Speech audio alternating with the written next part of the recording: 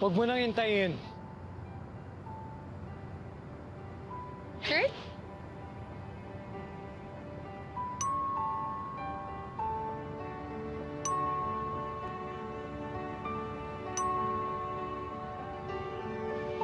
Kahit almost 100% kayo magka-match ni Tyler, hindi ka na 100% sure sa kanya. Teka. Kayo bang mga Cupid? Nababasa niyo ba yung mga naiisip ng mga tao? Umamin ka. Isihin sa mga powers niyo.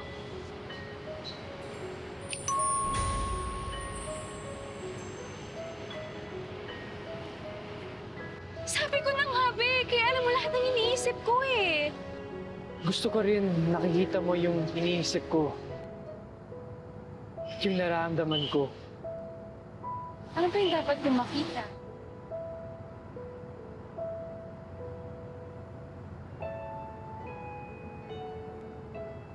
Gusto na kita.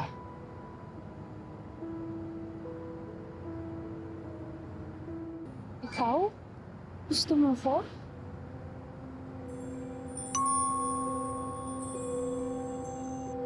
Huwag mo ang basahin yung iniisip ko.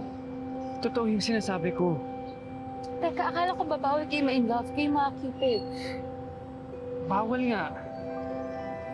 Hindi ko rin alam. Pero sinabi ko yung totoong kong feelings. Naging honest lang ako. Ewan. Nakakalito.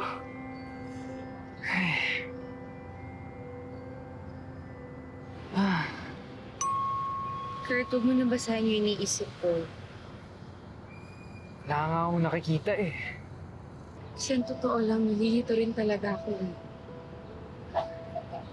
Kasi mamaya may date kami ni Tyler.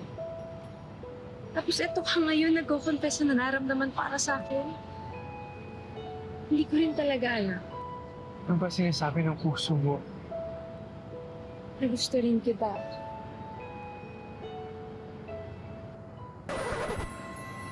What about me, Ida?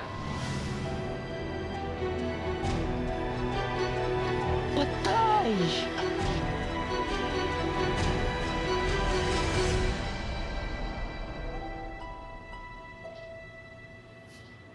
Tyler, I'm sorry talaga.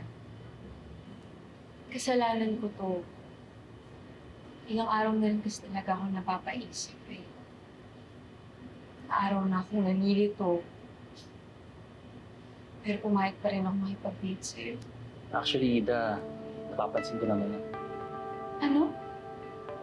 Nung nag-park tayo, nakita ko kung gaano ka-excited kasaya kapag kasama mo. Sorry talaga dahil nagpaasa ako. Kasalanan ko talaga to eh. Na-excite lang kasi talaga ako sa idea of dating. Sa idea of falling for someone. For you. Pero si Kurt talaga gusto.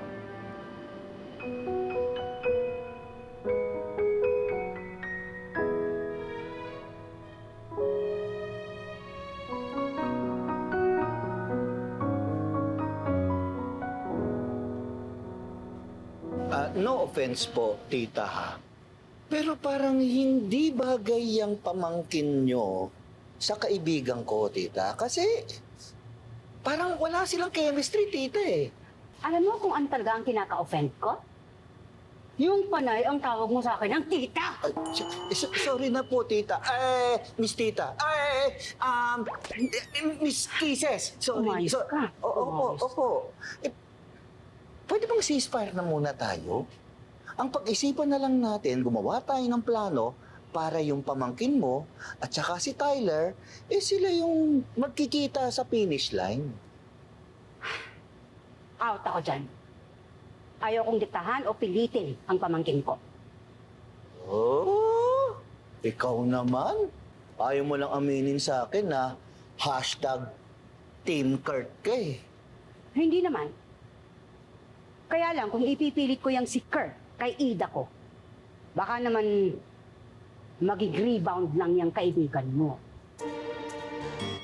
Ay, Basta, kung saan masaya ang pamangkin ko, doon ako. Kaya ikaw dapat maging masaya ka rin para dun sa kaibigan mo. Okay?